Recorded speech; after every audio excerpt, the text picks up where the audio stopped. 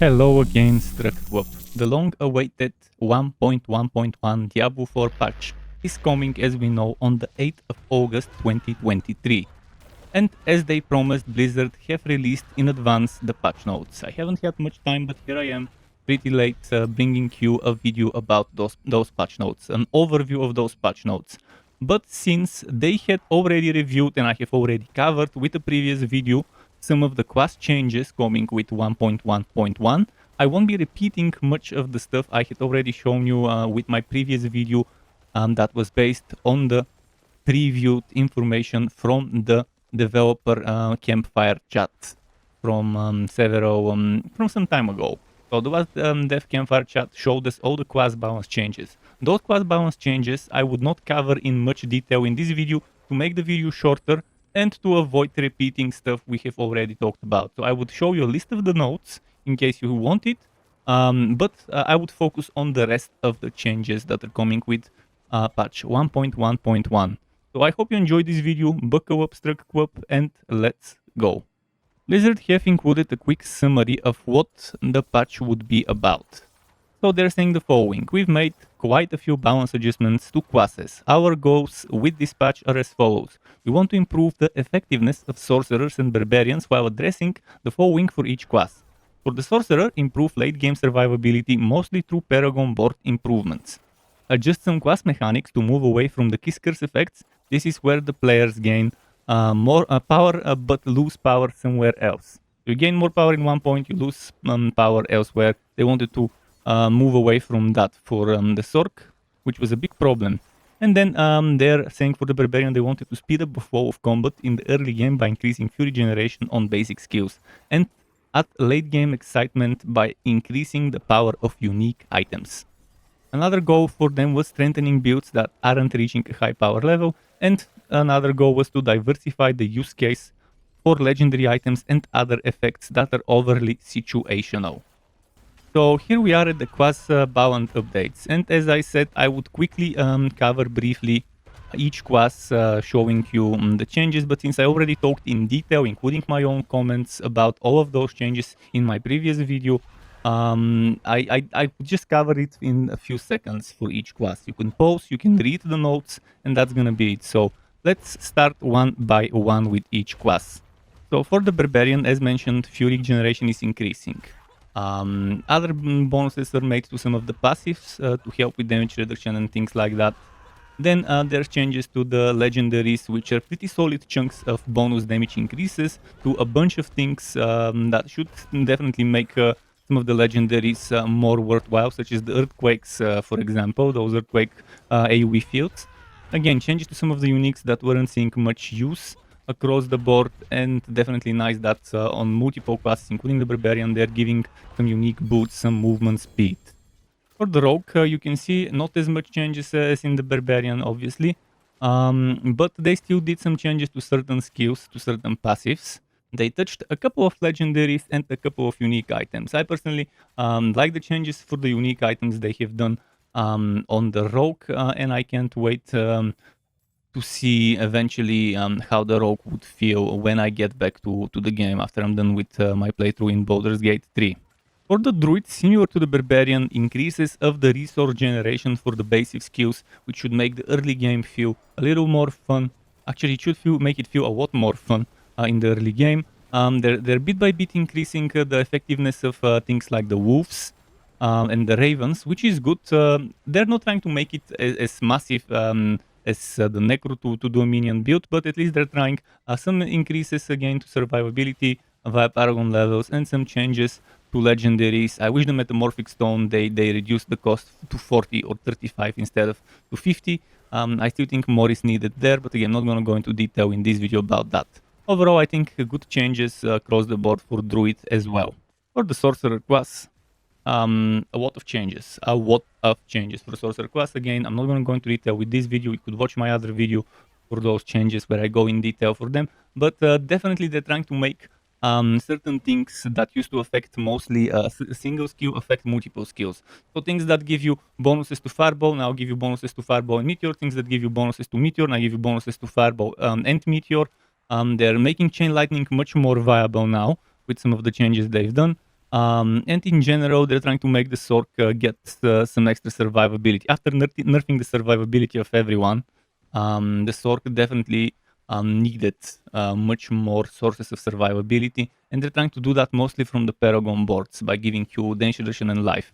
Again, there's a lot of legendary items that they buffed up, and I think lightning builds are seeing probably the biggest increase, and meteor builds as well, and fireball builds maybe. I don't think so.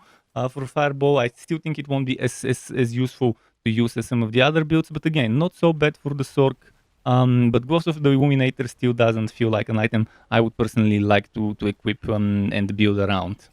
Obviously, less changes to the Necromancer. Again, this patch was mostly focusing on rebalancing the Sorc and the Barb, but the Necromancer got some things that have to do with Bone Spirit done, that have to do with the willpower bonuses in the Wither, and the bonus willpower again increased, and the requirement increased, stuff like that for Wither. Actually, the requirement is reduced. Legendaries, again, some legendaries were touched with the Necro. One unique was touched with the Necro again, as I mentioned, movement speed for various uniques. And yeah, Necro having extra movement speed definitely helps. And then there's some changes to minions for the Druid and the Necro. They've written this here under Necro. That should have been a general change because it affects two classes, not just a single one. So overall, I think it's, again, they're trying to make minion builds actually worth playing on higher tier content. Another thing I have already covered are the changes to monster density and bosses and events. Overall, it's nice. A lot of good monster density is being added across the board in Nightmare Dungeons and in Hell Tides. But of course, bosses also have had their HP increased. So even if you rush through the content, you would still spend a little bit more time clearing those bosses. What has been changed regarding the bosses and the events is again, there would be level 35 and higher bosses getting chance to drop a legendary item, treasure goblins having guaranteed legendary drop after level 15, Legion events more rewarding and guaranteeing a legendary item drop starting at level 35. This across the board definitely helps with the monster density and the boss changes in terms of gameplay updates. One more thing that was covered in detail with my previous video was the general changes they're making, such as improvements on how damage and other effects interact with active barriers. So bonus damage or bonus effects that are applied on hit or when dealing damage will now apply that same effect through barriers. I didn't talk in much detail regarding that, but I did mention that they're planning on changing stuff regarding barriers. And they're saying that the Exploit Paragon glyph will now apply vulnerable to enemies that have an active barrier, and that the cheat death effects will now work properly when the player has an active barrier. And they're saying that this also affects PvP play. So they didn't provide us much information regarding this now, but now they're clarifying all of that. In my previous video, I only mentioned briefly that they would be doing some changes to barriers and stuff. They're saying that Varshan will now break through any bone wall segments he dashes through. The cost for refunding skill and Paragon points has been reduced. The reduction starts small at lower levels and hits a maximum of 40% at level 100. So for example, they're telling us that at level 50, that's minus 12%. At level 60, minus 18. At level 70, minus 24, and at level 80, minus 30. And at level 100, again, it costs 40% less to refund. I still think that's not enough. I still think that's still a lot at level 100, at level 80, and at level 70 in terms of how much it would cost you to respec. And I think they need to increase the percentage. They need to reduce the cost even further for level 70 plus, 80 plus, and onwards to level 100, because that's where we start seeing ridiculously boring numbers. Now, they've increased the stack limit of elixirs from 20 to 99. They've added an additional stash tab, which can be purchased with gold. They've restored the casting time for Leave Dungeon back to 3 seconds, backtracking on this change, because they heard our feedback, which is definitely nice. And the following Nightmare Dungeon affixes have been removed: Resource Burn, Backstabbers, Empowered Elites, Cold Enchanted. So that's that when it comes to general gameplay changes. Now there's some more gameplay changes regarding Malignant Hearts and the generic unique item changes. So the Cage Heart of Spellbreaking, again, I covered this that I'm going to talk about in detail in my previous video, but again, I'll say it. Malignant Heart's Cage Heart spell breaking changed to upon taking elemental damage gain 10-20% damage reduction for 5 seconds. And then for Temerity, all stats was replaced with maximum life. Barrier is now based on maximum life, and now it properly accounts for conditions that check for the player having a barrier. And now here comes the more technical, to many of you probably more boring part, the bug fixes segment. And there's a bunch of things that I won't read from this, but I will cover it one by one. Starting with accessibility, there's a couple of changes. We don't need to go into detail much with those. So I think we can pretty much maybe focus a little bit more on the rest of the bug fixes. When it comes to cooperative play bug fixes, they fixed an issue where progression in the final stroke quest could be blocked during co-play. I'm not going to read everything, but in general, there's again certain things that the first player could activate points of interest during co-op were causing issues, issues with town portals in co-op in certain cases when attempting to enter certain dungeons, issues with forward NPCs not functioning properly in certain cases in co-op, and so on. Overall, a few cases that are either related with co-op or with co-op and seasonal with the new content that was introduced in introducing new bugs. Overall, not that many, but still enough co-op fixes. Next up, we have bug fixes for the dungeons, and I'm not gonna mention each of them one by one, but there's one with the seaside dungeon where it could be blocked when the butcher or treasure goblin spawned behind the barrier. Also an issue where the determination malignant power wouldn't function against the resource burn affix for nightmare dungeons. Another one where the resource burn again for nightmare dungeons was applying from close enemies and not just distant enemies, but since the resource burn has been removed in general, we shouldn't care much about this one. Those two actually. Then an issue where the boss in the Den of the Blighted could be damaged through the fog wall. Then critters, non-combative creatures in nightmare dungeons with the death pool suffix will no longer explode on death. This explosion was never dealing damage. Fixed an issue where players could leave their party after dying in a nightmare dungeon, re-enter their party, and then re-enter the dungeon and not have their revives count towards the dungeon's revive cap. There was an issue where Animus carriers killed before the Animus objective was triggered would not drop Animus, blocking dungeon progression. There's also an issue where the reset dungeon button often malfunctioned, and an issue where key perks or sometimes would not drop Garam's key in the Garam Hold Nightmare dungeon. Now we move on to gameplay bug fixes, and they're separated first by class and then more generalized ones. So for the Barbarian there was issues with charge, with lunging strike, where some crit chance granted by the focused rage malignant power could be consumed by non-combat skills, and another one where the aspect of berserk creeping wouldn't cause targets to bleed when berserking. For the Druid, the bug fixes, the gameplay bug fixes are the tooltip for the Moon Rage Malignant power now also communicates the power's additional lucky hit chance of spawning a wolf when damaging a boss. This tooltip now properly communicates that it grants +3 ranks to wolves. Also another thing was fixed where Call of the Wild and aspect of the Stampede were not properly affecting the passive portions of companion skills and the active portion of wolves. Another thing to talk about is the Necromancer gameplay bug fixes. First, there's an issue that caused more blood orbs than intended to be active at the same time, and blood orbs now function like crackling energy and cap at 30. There was an issue where guaranteed overpower attacks from the Ratmus Vigor key passive were not benefiting from the Paragon legendary note Bloodbath. Another issue where the automatic corpse explosion cast from the sacrilegious malignant power could ignore the damage reducing effect from the power when using an enhanced corpse explosion. Issue when untimely death aspect only increased overpower damage on the blood lance that was cast and not other lanced targets. There was also an issue where when the decrepit Aura Malignant power was equipped twice, the power with the lowest number of near enemies required to activate was not the one that would trigger. Another issue was an issue where shields held by a Necromancer would cover their face in the loading screens, and then another one where the Necromancer seemed perfectly balanced passive could only have 1 point allocated to it, and another one where the Decrepit Aura Malignant power wouldn't trigger when mounted. Next, for the Rogue, in terms of general bug fixes, gameplay bug fixes, an issue where Poison Trap could be infinitely cast without spending energy by using the concealment skill near zone transition areas. Another one where the Shadow Clone's taunt effect from the Trickery Malignant power could taunt other players in PvP, and the taunt was not breakable by unstoppable effects. And for the Sorc, in terms of gameplay bug fixes, An issue where Elemental Dominance passive didn't function correctly when using core and mastery skills that dealt damage over time.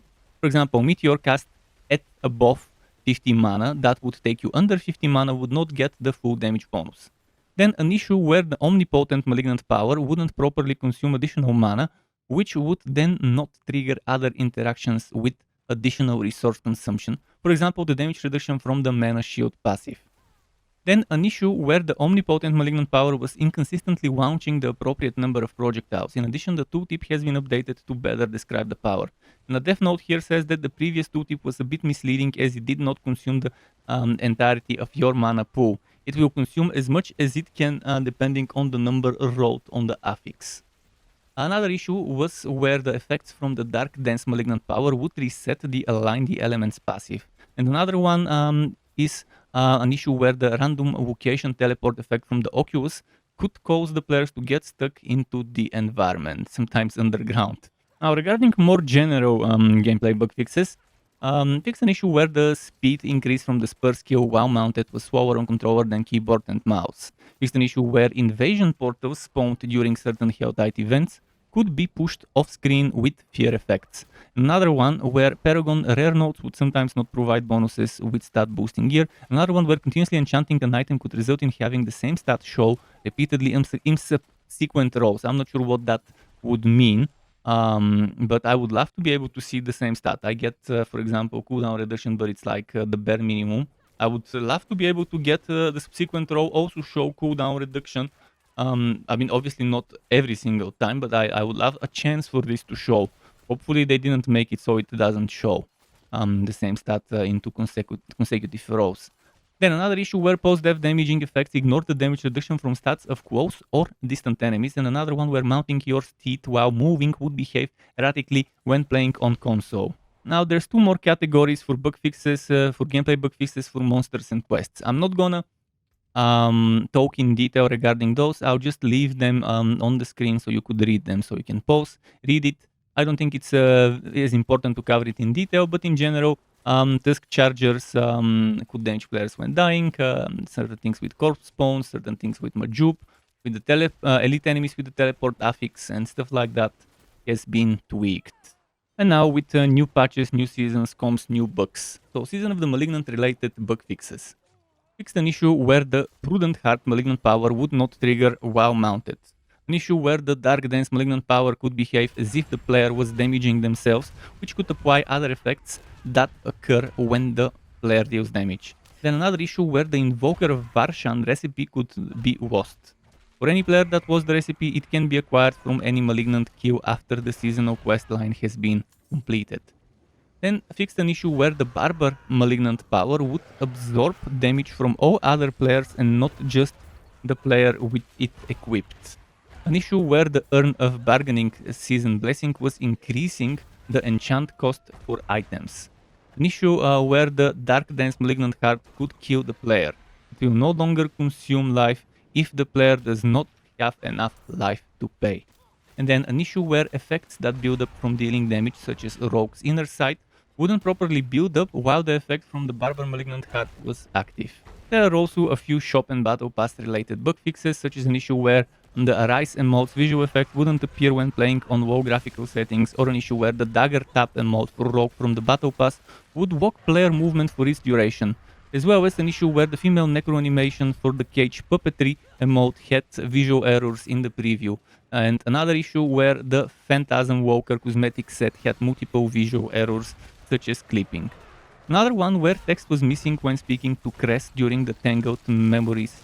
Now there's a lot of UI changes. I don't think it's necessary for me to go into detail. I'll leave those on the screen for you to read. You can pause, read it, and then resume watching, or you could just click the link to the patch notes and read the actual patch notes if you felt like it.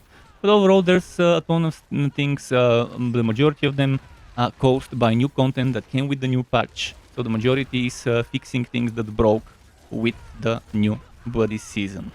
Overall, a lot of UI changes, more than I would expect to have been bugged. Not that many MISC changes, but I will also leave those on the screen for you to read. I'll talk for a few seconds about some of them, but overall things with horse-related cosmetics and stuff, with the Stable Master, audio-related things related to certain weather effects in Hell Tides and so on, and in general, whatever the devs consider miscellaneous. So pause it, read it if needed. There aren't that many. To get notified when I upload more content like this one or other builds and guides for Wooter and not so Wooter games, you can subscribe to my channel and hit that bell button to not miss out on notifications. As well as keep in mind there's something called memberships on YouTube, which lets you be a paying member for my channel to get access to perks such as emotes and badges made by me, as well as the option to get one-on-one tutoring for the very basics of Adobe Photoshop, Premiere and After Effects. And memberships can be cancelled at any time if you no longer wanna be a member. Thanks for watching all the way until the end, Struck Web. Keep it cool until next time and goodbye.